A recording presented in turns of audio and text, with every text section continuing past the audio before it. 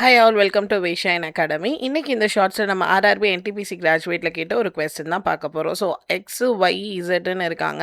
இவங்களோட சேலரி வந்து 10:20:20 அப்படின்னு கொடுத்துருக்காங்க. அப்புறம் இன்க்ரிமெண்ட் ஆனதுக்கப்புறம் நியூ ரேஷியோ எவ்வளோ அப்படின்னு சொல்லி கேட்குறாங்க.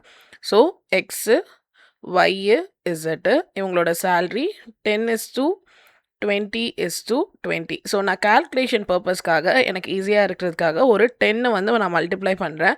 ரேஷியோவை பொறுத்த வரைக்கும் நீங்கள் மல்டிப்ளை பண்ணிங்கன்னா அது மறுபடியும் வந்துட்டு கேன்சல் ஆகி சேம் நம்பர் தான் வரும். ஸோ 100 ஆகிடும், இது வந்து 200 ஆயிரும், இதுவும் வந்து 200 மாறிடும்.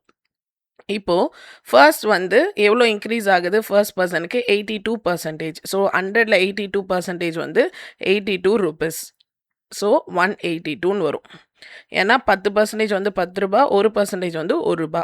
அடுத்து 50%. ஸோ 200ல் 50% வந்து 100. அப்போ புது ரேஷியோ வந்து 300 அப்படின்னு சொல்லி வரும்.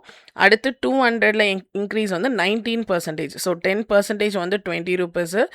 அப்புறம் 1% வந்து 2 ரூபீஸ். 9 வந்து வேணும். அப்போது 18 ரூபீஸ் வரும். ஸோ டோட்டலாக 38. அப்போது 38 இது கூட ஆட் பண்ணிங்கன்னா 238.